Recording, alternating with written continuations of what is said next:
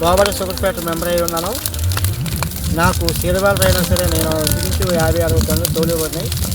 తోలడానికి ప్రతి సంవత్సరం 15 రోజులు పేమెంట్ ఇచ్చేవారు ఇదివరకు. ఇప్పుడు పేమెంట్ ఇవ్వలేదు. గిట్టుబాటు లేక ఈ చెరుకు తోటకి నిప్పెట్టిన పరిస్థితి వచ్చింది. దీన్ని కొచ్చిపెట్టి దీనికి చేయడానికి ఇంచుమించు ఒక 8-9 వేలు అయితే కానీ చేయడానికి చాలదు. కానీ వచ్చే డబ్బులు కూడా చాలవు. అందువల్ల ఏంటంటే గోవాడ షుగర్పేటకి పంపించిన వీళ్ళు ఎప్పుడో నెలలో సంవత్సరాలు 6 నెలలు పోయిన తర్వాత డబ్బులు ఇస్తారు. ఇప్పుడేమో పేమెంట్ కాస్త కూలర్కి పోకపోతే వాళ్ళు ఒప్పుకోరు. అందువల్ల ఇప్పుడు నిప్పత్తిన పరిస్థితి అందుకే వచ్చింది. ఈ పరిస్థితి గిట్టుబాటు రాక టన్ను ఆలోచించి డబ్బులు చాలక చెప్పేసి నేను నిప్పత్తించిన పరిస్థితి వచ్చింది.